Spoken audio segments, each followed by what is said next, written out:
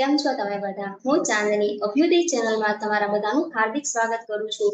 તો બાળકો, આજે આપણે ભણવાના છીએ ક્લાસ 6 ની જે તમારી બીજી પોયમ છે હિન્દ માતાને સંબોધન. એ આજે આપણે એની સમજ છે પ્રાપ્ત કરવાની છે. જો આ તમારા પ્રથમ સેમેસ્ટરનું જે પાઠ્યપુસ્તક છે તેમાં આ બીજી પોયમ છે, હિન્દ માતાને સંબોધન. પહેલા તો આપણે એ જાણીએ કે શીર્ષક છે એ શીર્ષકથી તમે છે એ શું સમજો છો, હે ને? તો હિન્દ માતાને સંબોધન, હિન્દ માતા એટલે હિન્દ યાની કે આપણો ભારત દેશ. ભારત દેશની જે માતા છે એને સંબોધન એટલે બોલાવવું. સંબોધન એટલે શું થાય? બોલાવવું. અને હિન્દ માતા એટલે કે હિન્દ યાની કે હિન્દુસ્તાન, ભારત દેશની માતાને બોલાવવી. સંબોધન એટલે શું કરવું? બોલાવવું. તો અહીંયા જે આપણા કવિ છે મણિશંકર રત્નજી ભટ્ટ, જેનું ઉપનામ છે કાંત. શું છે તેમનું ઉપનામ? કાંત છે એનું ઉપનામ. તો અહીંયા મણિશંકર રત્નજી ભટ્ટ છે એ હિન્દ માતાને છે એ સંબોધન કરે છે. હિન્દ માતાને સંબોધીને છે ને આ કાવ્યની રચના છે એ કરે છે. તો કવિ શું કહેવા માંગે છે આ કવિતામાં એ જોતા પહેલા આપણે અહીંયા કવિ પરિચય છે એ એકવાર જોઈ લઈએ. મણિશંકર રત્નજી ભટ્ટનો જન્મ છે એ 20/11/1867 થયો હતો અને એમનું મૃત્યુ છે એ 16/6/1923 છે થયું હતું. કવિ કાંતનો જન્મ અમરેલી જિલ્લાના લાઠી પાસેના ચાવંડ ગામમાં છે થયો હતો. કયા થયો હતો? જિલ્લો અમરેલી, લાઠી પાસે આવેલું ચાવંડ ગામમાં છે એ કાંતનો છે જન્મ છે થયેલો હતો. કાંત કવિ, નાટ્યકાર અને ધર્મચિંતક હતા. કાંત જે કવિ છે, કાંત એ એમનું ઉપનામ છે, એ કવિની સાથે સાથે નાટ્યકાર હતા અને ધર્મચિંતક પણ હતા. એમનો કાવ્ય સંગ્રહ પણ છે જેનું નામ છે પૂર્વાલાપ. ગુજરાતી કાવ્ય સાહિત્યમાં તેમનું મહત્વનું છે સ્થાન ધરાવે છે. આ થયો તમારો કવિ પરિચય. મેં તમને શીર્ષક પહેલા સમજાવી દીધું. કોઈ પણ પાઠ કે કવિતા સમજતા પહેલા છે તે પાઠ કે કવિતાનું જે શીર્ષક છે, જો એકવાર આપણને એ સમજમાં આવી જાય ને, એ ક્લિયર થઈ જાય ને, તો આપણે કોઈ પણ લેસનને સારી રીતે છે સમજી શકીએ. તો મેં તમને શીર્ષક પહેલા સમજાવી દીધું અને તે પછી જે આ કવિ પરિચય છે એ પણ મેં તમને સમજાવ્યું, બરાબર? હવે આપણે કવિતા વિશે અહીંયા ટૂંકમાં જે સારાંશ આપેલો છે તે જોઈએ. રાષ્ટ્રપ્રેમના કાવ્યોમાં કાંતના આ કાવ્યનો ખાસ ઉલ્લેખ છે એ કરવામાં આવે છે. રાષ્ટ્રપ્રેમ યાની કે દેશ પ્રત્યેનો પ્રેમ. દેશ પ્રત્યેના પ્રેમમાં રાષ્ટ્રપ્રેમના જે કાવ્યો રચાયેલા છે તેમાં કાંત કવિના છે આ કાવ્યનો ખાસ ઉલ્લેખ છે એ કરવામાં આવે છે. યાની કે રાષ્ટ્રભક્તિના જેટલા પણ કાવ્યો રચવામાં આવેલું છે એમાં આ જે કવિતા છે એ મહત્વનું સ્થાન છે એ રાખે છે. સમગ્ર કાવ્ય હિન્દ માતાને સંબોધન રૂપે લખાયું છે. સમગ્ર કાવ્ય મેં તમને હમણાં સમજાવ્યું, હિન્દ માતા યાની કે આપણી ભારત માતા, આપણા ભારત દેશની માતા છે. સમગ્ર ભારત ભૂમિની જે માતા છે એને આપણે શું સંબોધીએ છીએ? ભારત માતા, હે ને? તો અહીંયા કવિએ કીધું છે એને હિન્દ માતા યાની કે હિન્દુસ્તાનની માતા, ભારત દેશની માતાને સંબોધીને છે લખાયું છે. યાની કે એમની સાથે વાત કરીને એમની સાથે કવિ છે વાત કરે છે અને એમને સંબોધીને છે એ આ કાવ્ય છે એ લખે છે. જુદો જુદો ધર્મ પાળતા ભારત માતાના સંતાનો પરસ્પર પ્રેમ અને સહકારથી રહેવા માટેની પ્રાર્થના કરે છે. અહીંયા કવિ છે એ જાણે છે અને આપણે બધા પણ જાણીએ છીએ કે આપણા દેશમાં છે ને અનેક ધર્મો પાળતા લોકો છે એ રહે છે. કોઈ હિન્દુ ધર્મ પાળે છે, તો કોઈ ઇસ્લામ ધર્મ પાળે છે, કોઈ ખ્રિસ્તી છે એ ખ્રિસ્તી ધર્મ પાળે છે, તો કોઈ પારસી ધર્મ છે પાળે છે. તો બધાના ધર્મ છે ને એ અહીંયા બધાના ધર્મના લોકો પણ વસે છે અને બધા ધર્મના અલગ અલગ જે લોકો છે એ બધાના ધર્મો પણ એ શું છે? અલગ અલગ છે. પણ છતાં પણ આપણા દેશમાં શું જોવા મળે છે? વિવિધતામાં છે એકતા જોવા મળે છે. આપણા દેશમાં અનેક જાતિના લોકો વસે છે, અનેક ધર્મો પાળતા લોકો વસે છે. બધાનો પહેરવેશ છે જુદો જુદો છે. બધાનો હોઈ શકે કે બધાનો ખોરાક છે એ પણ જુદો જુદો હોય, હે ને? બધાના ધર્મગ્રંથ છે એ પણ અલગ છે. પણ છતાં પણ આ ભારત દેશની એક ખાસ વિશેષતા છે કે અહીંયા વિવિધતામાં પણ શું જોવા મળે છે? એકતા જોવા મળે છે. We are Indian. ભારત માતાના સંતાનો પરસ્પર પ્રેમ અને સહકારથી રહેવા માટે પ્રાર્થના છે એ કરે છે. આપણે બધા ભલે અલગ હોઈએ પણ છતાં પણ આપણે બધા શું છીએ, એક છીએ, અને આપણે એકબીજા સાથે પરસ્પર પ્રેમથી અને સહકારથી છે એકબીજાને સહયોગ કરીને છે એ રહેવું જોઈએ, એવું કવિ આ કવિતા દ્વારા આપણને સમજાવવા માંગે છે. તો જોઈએ કવિતામાં, આ કવિતા ઘણા લોકોએ ગાયેલી છે. અગર ન હોત તો હું ગાઈને સંભળાવત તમને, પણ તમે યુટ્યુબ ઉપર સર્ચ કરજો હે ને, તો તમને ઘણા બધા આના છે ને મ્યુઝિક છે એ મળી જશે, ને ઘણા લોકોએ આ કવિતા છે એ ગાઈ છે. જો તમને ગાવાનો અને સાંભળવાનો શોખ હોય તો તમે એ કવિતા સાંભળી શકો છો. તો આપણે જોઈએ અહીંયા કવિતામાં સીધા ડાયરેક્ટ કવિતાની સમજૂતી વિશે. ઓ હિન્દ यानी कि એ હિન્દુસ્તાન, હે ભારત દેશ, દેવભૂમિ સંતાન સૌ તમારા. આપણો ભારત દેશ છે એ શું છે, દેવોની ભૂમિ છે ને. આપણા શ્રી કૃષ્ણ ની ભૂમિ છે, આપણા શ્રી રામની ભૂમિ છે, કેટલાય એટલા સાધુ સંતો છે એ થઈ ગયા જેમની ભૂમિ છે એ આપણો ભારત દેશ છે, આપણો આ પ્રાચીન દેશ છે.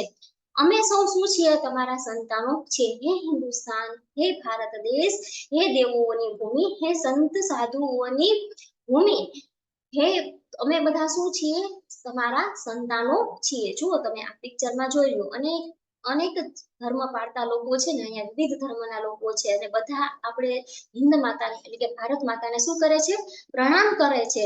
આપણા દેશમાં ભલે વિવિધ ધર્મ પાળતા લોકો હોય હે, પણ છતાં પણ મેં તમને કીધું ને કે આપણે બધા શું છીએ, ભારતીય છીએ. We are Indian. વિવિધતામાં પણ એકતા છે આપણા ભારત દેશમાં છે જોવા મળે છે. કરીએ મળીને વંદન સ્વીકારજો અમારા. હે હિન્દ, ઓ હિન્દ દેવભૂમિ સંતાન સૌ તમારા. કરીએ મળીને વંદન સ્વીકારજો અમારા. અમે બધા તમને મળીને શું કરીએ છીએ, વિવિધ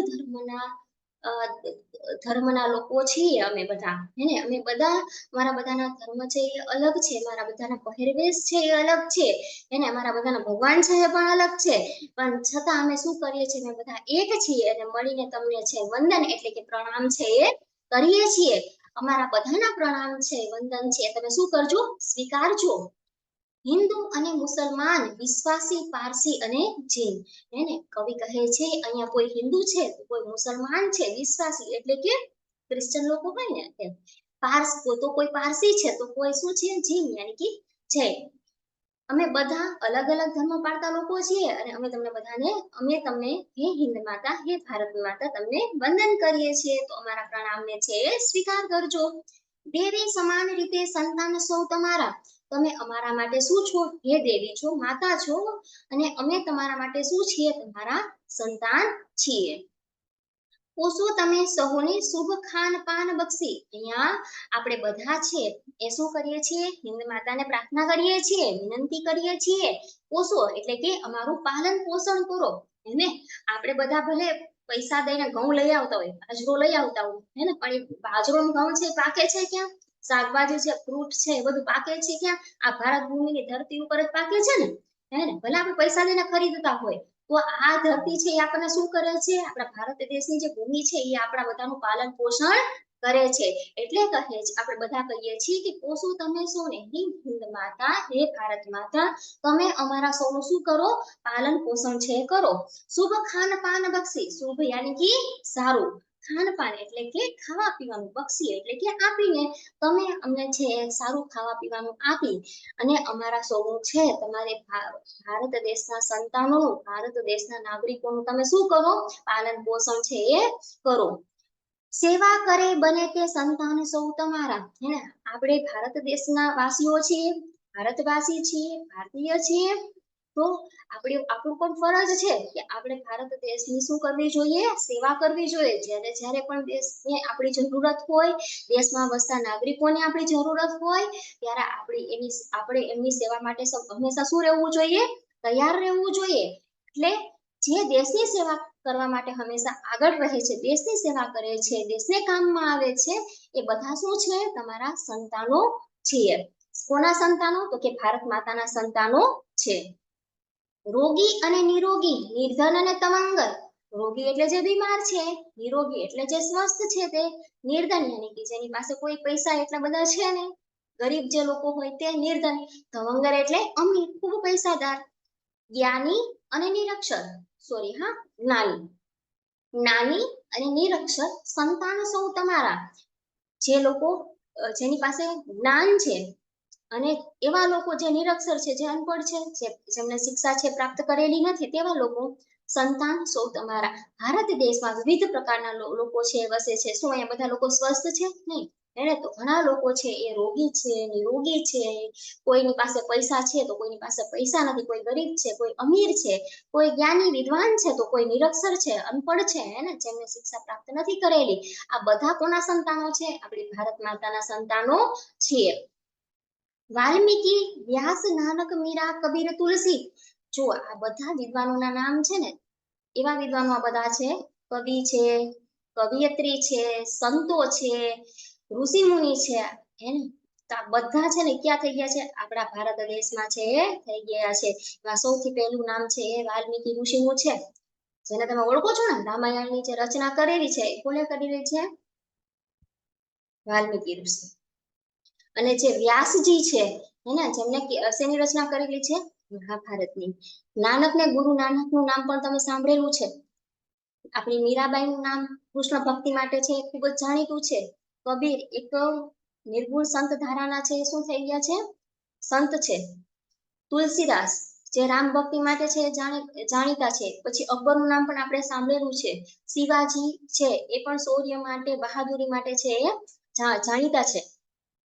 માતા સંતાન સૌ તમારા, હે ને. પછી વાલ્મીકી ઋષિ હોય, પછી ઋષિ વ્યાસજી હોય, કે નાનકજી હોય, મીરાબાઈ હોય, કે સંત કબીર હોય, કે તુલસીદાસજી હોય, કે અકબર હોય, કે શિવાજી હોય, હે માતા, અમે બધા કોના સંતાનો છીએ? તમારા સંતાનો છીએ. સૌની સમાન માતા, સૌએ સમાન તેથી. અમારા બધાની માતા સમાન છે, યાની કે હિન્દ માતા છે, આપણી ભારત માતા છે, આપણે બધાની માતા છે. તો આપણે બધા પણ સમાન થયા ને, હે ને. તો આપણે બધા પણ શું થયા? ભાઈ બહેન થયા. તો હંમેશા એકબીજાનો સાથ સહકાર આપીને છે એ આપણે રહેવું જોઈએ, એવી કવિની ભાવના છે અહીંયા છે. ના ઉચ્ચ નીચ કોઈ સંતાન સૌ તમારા. અહીંયા કોઈ પણ પ્રકારની કોઈ ઉચ્ચ નીચ છે એ છે નહીં, અને હોવી પણ ના જોઈએ. એક ઉચ્ચ નીચનો ભાવ છે એ આપણે આપણા સમાજમાંથી છે એ કાઢી નાખવો જોઈએ. ઊંચ નીચનો ભેદ છોડીને અમે સૌ શું છીએ? તમારા સંતાન સૌ તમારા. અમે તમારા સંતાન છીએ. ચાહો બધા પરસ્પર, સાહો બધા પરસ્પર. ચાહો યાની કે સ્નેહ રાખો. ચાહો યાની કે બધા પ્રત્યે હંમેશા સ્નેહ છે એ રાખવો જોઈએ. હળી મળીને સાથે છે એ રહેવું જોઈએ. સાહો બધા પરસ્પર, અને હંમેશા એકબીજાની મદદ માટે શું કરવું જોઈએ? સાહો એટલે મદદ કરવી. હંમેશા એકબીજાની મદદ માટે છે આપણે આગળ આવવું જોઈએ, એકબીજાની મદદ કરવી જોઈએ, અને હળી મળીને છે એ રહેવું જોઈએ. એ પ્રાર્થના કરે આ સંતાન સૌ તમારા. એવી પ્રાર્થના, એ પ્રાર્થના કરે એટલે કે એવી પ્રાર્થના આ સંતાનો એટલે કે આપણે બધા સૌ તમારા, અમે તમને આવી પ્રાર્થના છે એ કરીએ છીએ, અને અમે બધા તમારા સંતાનો છીએ. તો તમે અમને છે એ પાળો પોષો, અમને સારી બુદ્ધિ આપો, કે અમે છે શું કરીએ? એકબીજા સાથે હળી મળીને છે રહીએ, એકબીજાની મદદ કરીએ, એને, અને એકબીજાનું સન્માન કરીએ. આ તો આપણી દેશભક્તિ માટેનું એક સુંદર મજાનું ગીત છે, કવિતા છે એ મણિશંકર રત્નજી ભટ્ટ દ્વારા છે એ લખાયેલું છે. ખૂબ જ સરસ કાવ્ય છે. હું આશા કરું છું કે તમે લોકોને છે એ સમજમાં આવ્યું હશે. જો અહીંયા શબ્દાર્થ છે ને એ પણ આપેલા છે, એટલે કે શબ્દ સમજૂતી. એને હું એક હિન્દી ટીચર પણ છું, તો મારાથી ક્યારેક ક્યારેક હિન્દી પણ છે બોલાઈ જાય છે. શબ્દ સમજૂતી અહીંયા આપેલી છે. દેવભૂમિ એટલે કે પવિત્ર ભૂમિ. દેવભૂમિ એટલે પવિત્ર ભૂમિ, જ્યાં સાધુ સંતોએ છે, જ્યાં શ્રી કૃષ્ણ અને રામજીએ છે એ જન્મ લીધેલો છે, એવી આ ભૂમિ છે આપણા દેશની. એટલે એને શું કહેવાય છે? દેવભૂમિ, પવિત્ર ભૂમિ. વિશ્વાસી એટલે ઈસુ ખ્રિસ્તમાં શ્રદ્ધા વિશ્વાસ રાખનાર કોણ? ખ્રિસ્તી લોકો હોય છે તે. જૈન યાની કે જૈન લોકો, જૈન. બક્ષી એટલે બક્ષિસ, બક્ષી એટલે આપવું. તવંગર એટલે પૈસાદાર. નિરક્ષર એટલે અભણ. સાહો એટલે મદદ કરો. પરસ્પર એટલે કે એકબીજાને. તો આ છે શબ્દ સમજૂતી. આઈ હોપ કે તમને લોકોને છે ને એ સમજાઈ ગયું હશે આ કવિતા. જો તમને આ વિડીયો સારો લાગે છે, કવિતા સમજાઈ ગઈ હોય, મારું સમજાવવાનું તમને પસંદ હોય, અને તમે એવું ઈચ્છતા હોય કે હું તમને આના ક્વેશ્ચન આન્સર કરાવું, હે ને, તો તમે મને કોમેન્ટ કરીને છે જણાવજો, તો હું તમને આના ક્વેશ્ચન આન્સર છે એ પણ કરાવી દઈશ આવી રીતે, બરાબર. અને તમને આ વિડીયો છે કેવો લાગ્યો, તમને સમજાણું કે ના સમજાણું એ બધું તમે મને કોમેન્ટ કરીને છે કહી શકો છો. તમારા કોઈ સજેશન હોય તો પણ તમે મને છે કહી શકો છો. જો તમને આ વિડીયો પસંદ આવ્યો હોય, મારો સમજાવવાનો તરીકો પસંદ આવ્યો હોય તો આ વિડીયોને તમારા મિત્રો સાથે શેર કરજો, અભ્યુદય ચેનલને છે લાઈક કરજો અને સબસ્ક્રાઇબ કરજો. Thank you guys, bye bye, take care.